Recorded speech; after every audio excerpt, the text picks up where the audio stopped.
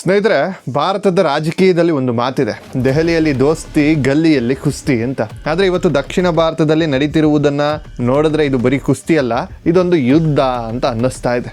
ಒಂದು ಕಡೆ ದೇವರ ನಾಡು ಕೇರಳದ ಕಮ್ಯುನಿಸ್ಟ್ ಮುಖ್ಯಮಂತ್ರಿ ಪಿಣರಾಯಿ ವಿಜಯನ್, ಇನ್ನೊಂದು ಕಡೆ ಅಭಿವೃದ್ಧಿಯ ಹರಿಕಾರ ಅಂತ ಕರೆಸಿಕೊಳ್ಳೋ ಕರ್ನಾಟಕದ ಕಾಂಗ್ರೆಸ್ ಸರ್ಕಾರ. ಇವರಿಬ್ಬರು ರಾಷ್ಟ್ರ ಮಟ್ಟದಲ್ಲಿ ಇಂಡಿಯಾ ಒಕ್ಕೂಟದ ಪಾಲುದಾರರು. ಆದ್ರೆ ಇವತ್ತು ಒಬ್ಬರನ್ನೊಬ್ಬರು ನೋಡಿದ್ರೆ ಕೆಂಡ ಕಾರ್ತಾ ಇದ್ದಾರೆ. ವಿಷಯ ಏನ್ ಗೊತ್ತಾ? ಉತ್ತರ ಭಾರತದಲ್ಲಿ ಸದ್ದು ಮಾಡ್ತಿದ್ದ ಯೋಗಿ ಆದಿತ್ಯನಾಥ್ ಅವರ ಟ್ರೇಡ್ ಮಾರ್ಕ್ ಆಗಿದ್ದ ಬುಲ್ಡೋಸರ್ ಈಗ ಬೆಂಗಳೂರಿಗೆ ಎಂಟ್ರಿ ಕೊಟ್ಟಿದೆ. ಬೆಂಗಳೂರಿನ ಯಲಹಂಕದಲ್ಲಿ ನಡೆದ ಒಂದು ಒತ್ತುವರಿ ತೆರವು ಕಾರ್ಯಾಚರಣೆ ಈಗ ಎರಡು ರಾಜ್ಯಗಳ ನಡುವಿನ ಧರ್ಮಯುದ್ಧಕ್ಕೆ ಬದಲಾಗ್ತಾ ಇದೆ. ಪಿಣರಾಯಿ ವಿಜಯನ್ ಅವರು ಹೇಳ್ತಾ ಇದ್ದಾರೆ, ಇದು ಕರ್ನಾಟಕದ ಕಾಂಗ್ರೆಸ್ ಸರ್ಕಾರ ಹಿಂದುತ್ವದ ಅಜೆಂಡಾ ಅಂತ.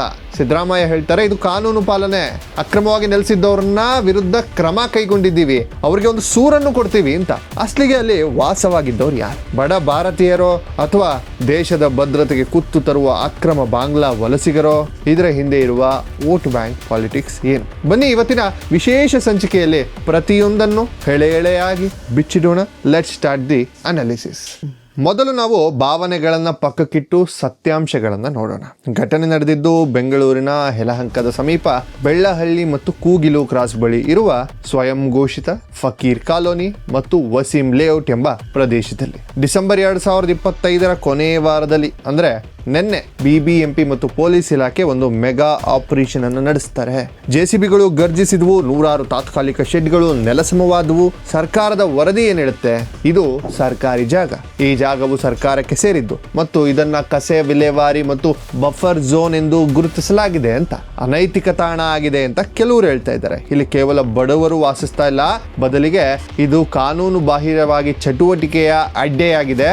ಸ್ಕ್ರಾಪ್ ಬಿಸ್ನೆಸ್ ಹೆಸರಿನಲ್ಲಿ ಏನೇನೋ ನಡೀತಿತ್ತು ಅನ್ನೋದು ಪೊಲೀಸರ ವಾದ. ಇನ್ನ ಇದು ಅತ್ಯಂತ ಪ್ರಮುಖವಾದಂತಹ ಪಾಯಿಂಟ್ ಕೂಡ ಇದೆ. ಕೆಲವೊಂದಷ್ಟು ಮಾಹಿತಿಗಳ ಪ್ರಕಾರ ಇಲ್ಲಿ ನೂರಾರು ಬಾಂಗ್ಲಾ ವಲಸಿಗರು ಇಲ್ಲಿ ನಕಲಿ ID ಕಾರ್ಡ್ಗಳನ್ನ ಇಟ್ಟುಕೊಂಡು ವಾಸವಾಗಿದ್ರು ಅನ್ನೋ ಮಾತು ಕೂಡ ಇದೆ. ಆದ್ರೆ ಅಲ್ಲಿನ ನಿವಾಸಿಗಳು ಹೇಳೋದೇ ಬೇರೆ. ನಾವೆಲ್ಲ ಕೂಲಿ ಕಾರ್ಮಿಕರು, ನಮಗೆ ಆಧಾರ್ ಕಾರ್ಡ್ ಇದೆ, ವೋಟರ್ ID ಇದೆ, ನಮಗೆ ಟೈಮ್ ಕೊಡದೆ ಮನೆ ಹೊಡೆದ್ರು ಅಂತ ಅವರು ಗೋಳಾಡ್ತಾ ಇದ್ದಾರೆ. ಅದ್ರ ಸ್ನೇಹಿತರೆ, ಪ್ರಶ್ನೆ ಇರೋದು ಇಲ್ಲಿ ಒಬ್ಬ ಅಕ್ರಮ ವಲಸಿಗನ ಹತ್ರ ಆಧಾರ್ ಕಾರ್ಡ್ ಸಿಗೋದು ಇವತ್ತಿನ ದಿನಗಳಲ್ಲಿ ದೊಡ್ಡ ವಿಷಯನೇ ಅಲ್ಲ. ಪಶ್ಚಿಮ ಬಂಗಾಳದಲ್ಲಿ ಗಡಿಯಲ್ಲಿ 500 ರೂಪಾಯಿಗೆ 600 ರೂಪಾಯಿಗೆ ಆಧಾರ್ ಕಾರ್ಡ್ ಅನ್ನ ಮಾಡಿಕೊಡುವಂತಹ ದಂಧೆ ಇರೋದು ನಮಗೆಲ್ಲ ಗೊತ್ತಿರುವಂತಹ ಸತ್ಯ.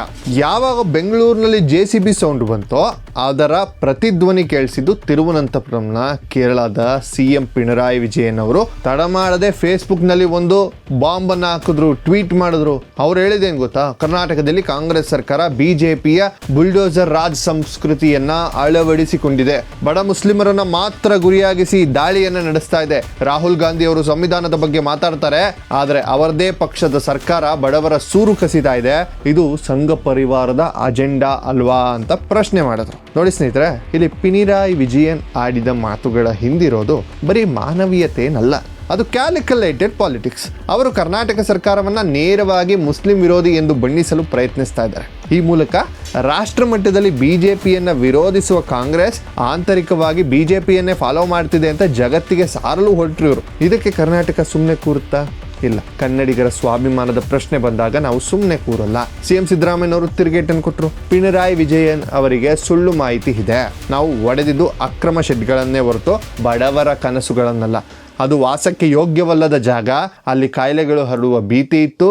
ನಮಗೆ ಧರ್ಮ ಮುಖ್ಯ ಅಲ್ಲ, ಕಾನೂನು ಮುಖ್ಯ ಅಂದ್ರು. ಇನ್ನು DCM DK ಶಿವಕುಮಾರ್ ಅವರು ಮಾಸ್ ವಾರ್ನಿಂಗ್ ಕೊಟ್ಟರು. ಕೇರಳದವರು ನಮ್ಮ ರಾಜ್ಯದ ಆಡಳಿತದಲ್ಲಿ ಮೂಗು ತೋರಿಸೋದನ್ನ ಬೇಡ, ನಿಮ್ಮ ಕೆಲಸ ನೀವು ನೋಡ್ಕೊಳ್ಳಿ, ನಿಮ್ಮ ರಾಜ್ಯದ ಸಮಸ್ಯೆಗಳನ್ನ ನೀವು ನೋಡ್ಕೊಳ್ಳಿ, ಬೆಂಗಳೂರನ್ನ ಸುರಕ್ಷಿತವಾಗಿಡೋದು ನಮ್ಮ ಜವಾಬ್ದಾರಿ, ಇದರಲ್ಲಿ ರಾಜಕೀಯ ಬೆರೆಸಬೇಡಿ, ಸಂಪೂರ್ಣವಾಗಿ ತಿಳ್ಕೊಂಡು ಮಾತಾಡಿ ಎಂದ್ರು. ಇಲ್ಲಿ ಗಮನಿಸಬೇಕಾದ ಅಂಶ ಅಂದ್ರೆ, ಸ್ವತಃ ಕರ್ನಾಟಕದ ಮುಸ್ಲಿಂ ನಾಯಕರು ಕೂಡ ಜಮೀರ್ ಅಹಮದ್, ನಸೀರ್ ಅಹಮದ್ ಪಿಣರಾಯಿ ವಿಜಯನ್ ಹೇಳಿಕೆಯನ್ನ ಬೆಂಬಲಿಸಲಿಲ್ಲ. ಇದು ಅಕ್ರಮ ಒತ್ತುವರಿ ತೆರವು ಮಾತ್ರ ಅಂತ ಅವರು ಒಪ್ಕೊಂಡ್ರು. ಹಾಗಾದ್ರೆ ಪಿಣರಾಯಿ ವಿಜಯನ್ ಅವರಿಗೆ ಯಾಕಿಷ್ಟು ಉರಿ? ಬನ್ನಿ ಅವರ ಅಸಲಿ ಕಾರಣವನ್ನು ಹುಡುಕೋಣ. ಸ್ನೇಹಿತರೆ, ರಾಜಕೀಯದಲ್ಲಿ ಆಕಸ್ಮಿಕ ಅನ್ನೋದು ಯಾವುದೂ ಇಲ್ಲ. ಪಿಣರಾಯಿ ವಿಜಯನ್ ಅವರು ಈ ಆಕ್ರೋಶದ ಹಿಂದೆ 2 ಪ್ರಮುಖ ಕಾರಣಗಳಿವೆ. ಒಂದು ಕಾರಣ ಕೇರಳ ಅಸ್ತಿತ್ವದ ಪ್ರಶ್ನೆ. ಕೇರಳದಲ್ಲಿ ಈಗ ಕಮ್ಯುನಿಸ್ಟ್ ಪಾರ್ಟಿ ಅಂದ್ರೆ LDF ಅಸ್ತಿತ್ವ ಉಳಿಸಿಕೊಳ್ಳಲು ಹೆಣಗಾಡ್ತಾ ಇದೆ. ಕಳೆದ ಲೋಕಸಭಾ ಚುನಾವಣೆಯಲ್ಲಿ ಕಾಂಗ್ರೆಸ್ ಅಂದ್ರೆ UDF ಅಂತ ಏನಿದೆ ಅಲ್ಲಿ ಭರ್ಜರಿ ಜಯ ಗಳಿಸಿತು. ಅದರಲ್ಲೂ ವಿಶೇಷವಾಗಿ ಮುಸ್ಲಿಂ ಮತಗಳು ಸಂಪೂರ್ಣವಾಗಿ ರಾಹುಲ್ ಗಾಂಧಿ ಮತ್ತು ಪ್ರಿಯಾಂಕಾ ಗಾಂಧಿ ಕಡೆಗೆ ವಾಲಿವೆ. ಮುಂದಿನ ವರ್ಷಗಳಲ್ಲಿ ಕೇರಳದಲ್ಲಿ ವಿಧಾನಸಭಾ ಚುನಾವಣೆ ಬರಲಿದೆ. ಕಮ್ಯುನಿಸ್ಟರು ಗೆಲ್ಲಬೇಕಂದ್ರೆ ಅವರು ಮುಸ್ಲಿಂ ಮತದಾರರಿಗೆ ಒಂದು ವಿಷಯ ಮನವರಿಕೆ ಮಾಡಿಕೊಳ್ಬೇಕು. ನೋಡಿ, ನೀವು ನಂಬಿರುವ ಕಾಂಗ್ರೆಸ್ ಕೂಡ ಸಾಫ್ಟ್ ಹಿಂದುತ್ವ ಪಾಲಿಸ್ತಾ ಇದೆ. ಕರ್ನಾಟಕದಲ್ಲಿ ನೋಡಿ, ಅವರು ಮುಸ್ಲಿಮರ ಮನೆಯನ್ನು ಹೊಡಿತಾ ಇದ್ದಾರೆ. ಕಮ್ಯುನಿಸ್ಟರು ಮಾತ್ರ ನಿಮ್ಮ ನಿಜವಾದ ರಕ್ಷಕರು. ಅದಕ್ಕಾಗಿಯೇ ಅವರು ಬುಲ್ಡೋಸರ್ ಎಂಬ ಪದವನ್ನು ಬಳಸಿದ್ದು. ಆ ಪದಕ್ಕೆ ಒಂದು ಭಯವನ್ನು ಹುಟ್ಟಿಸುವ ಶಕ್ತಿ ಇದೆ.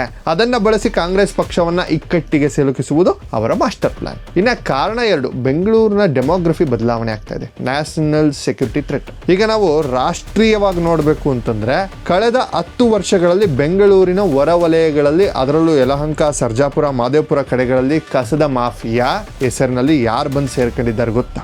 ಆಂತರಿಕ ವರದಿಗಳ ಪ್ರಕಾರ ಬಾಂಗ್ಲಾದೇಶದ ಅಕ್ರಮ ವಲಸಿಗರು ಇಲ್ಲಿ ಬಂದು ಸ್ಲಂಗಳನ್ನು ನಿರ್ಮಿಸಿಕೊಂಡು ಸ್ಥಳೀಯ ಅಪರಾಧಗಳಲ್ಲಿ ಭಾಗಿಯಾಗ್ತಾ ಇದ್ದಾರೆ. ಡ್ರಗ್ಸ್ ಸಾಗಾಟ, ಕಳ್ಳತನ ಮತ್ತು ಅತ್ಯಂತ ಅಪಾಯಕಾರಿ ಅಂದ್ರೆ ಸ್ಲೀಪರ್ ಸೆಲ್ಸ್ ಆಗಿ ಕಾರ್ಯನಿರ್ವಹಿಸ್ತಾ ಇರೋದು.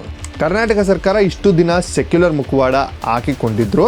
ಈಗ ಗುಪ್ತಚರ ಇಲಾಖೆಯ ಎಚ್ಚರಿಕೆ ಅವರನ್ನ ಎಚ್ಚರಿಸಿದೆ. ರಾಷ್ಟ್ರದ ಭದ್ರತೆಗಾಗಿ ವೋಟ್ ಬ್ಯಾಂಕ್ ಮುಖ್ಯವಲ್ಲ ಎಂಬ ಸತ್ಯ ಕಾಂಗ್ರೆಸ್ ಸರ್ಕಾರಕ್ಕೂ ಅರ್ಥವಾಗಿದೆ. ಅದಕ್ಕೆ ಅವರು ಈ ಕಠಿಣ ಕ್ರಮಕ್ಕೆ ಮುಂದಾಗಿದ್ದಾರೆ ಎನ್ನುವ ಒಂದಷ್ಟು ಸುದ್ದಿಗಳು ಕೂಡ ಓಡಾಡ್ತಾ ಇವೆ. ನೀವು ಕೇಳ್ಬೋದು, ವಿಕಾಸ್ ನೀನು ಹೇಳ್ತಿದ್ಯಲ್ಲಪ್ಪ, ಬೆಂಗಳೂರಿನಲ್ಲಿ ಒಂದು ಸ್ಲಮ್ ಓಡಿದ್ರೆ ದೇಶಕ್ಕೆ ಏನ್ ಬಂತು ಅಂತ.